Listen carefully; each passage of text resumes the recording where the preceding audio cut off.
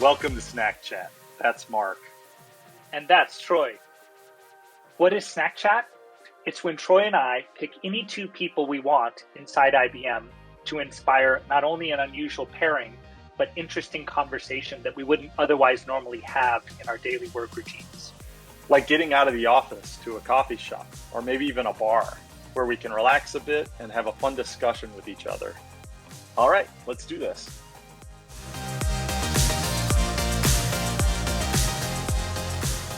Mark, Done. I failed. See if you can get us to pivot off the golf topic. I miserably failed. Yeah. So I've got one for Sherry. You've had a wide-ranging career. We know what your dreams and aspirations are, but tell me about a specific person that you've met, known, worked with, or been in some proximity to that has what you would consider the dream job that you would love to have someday. And I know we've talked president and professional singer and that sort of thing, but like, who have you met or worked close to that you're like, I want to be them when I grow up? You know what's crazy? It has nothing to do with title or money or the things that I think normal people would say. At this point in my career, I align with the value of values. So when someone says, who do you admire or who do you want to be like? It more has to do with like who they are as a human being and what drives them, what wakes them up in the morning. I really love my boss at IBM, frankly. He's an epic human being. I love Jonathan Wright. I also love my husband. My husband is one of the most amazing people that I've ever met. And it's interesting because I think this is my second marriage, by the way. So I know what not to do the first time. But I was at a point in my life where I didn't ever think that I would find love again.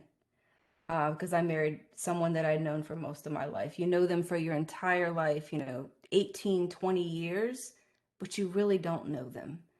And so when I meet someone who embodies the type of compassion and empathy that I wish I had at all times, that's the type of thing that I lean into and that I really, really want.